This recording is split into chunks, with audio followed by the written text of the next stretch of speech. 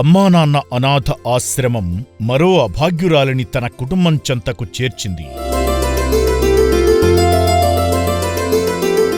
మత్తి చెల్లించి తిరుగుతున్న తిరుపతమ్మను 3 నెలల క్రితం పోలీసులు అమ్మానాన్న అనాథ ఆశ్రమానికి తీసుకొచ్చారు.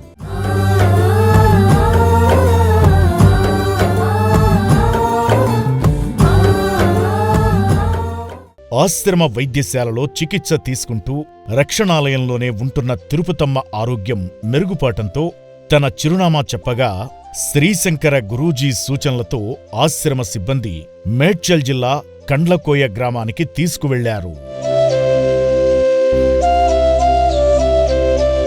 తిరుపతమ్మ చెప్పిన చిరునామా ప్రకారం ఇంటికి తీసుకువెళ్లగా 2 నెలల తరువాత తన మనవరాలిని చూసిన క్షణంలో నానమ్మ కన్నీరు పెట్టుకుంది.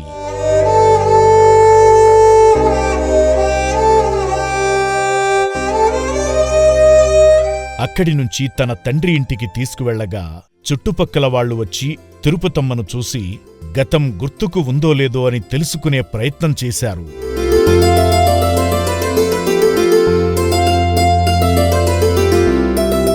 అనంతరం తిరుపతమ్మను వారి కుటుంబ సభ్యులకు అప్పగించడం జరిగింది. శివరాత్రి శ్రేణు మా బిడ్డ 30 సంవత్సరం దాకా అయిపోతుంది సార్. పోయిందని ఏమన్నా దోలాడారా మీరు? దేవులాడిన ఎక్కడ దొరకరా సార్. ఎన్నోగా మేము చిన్న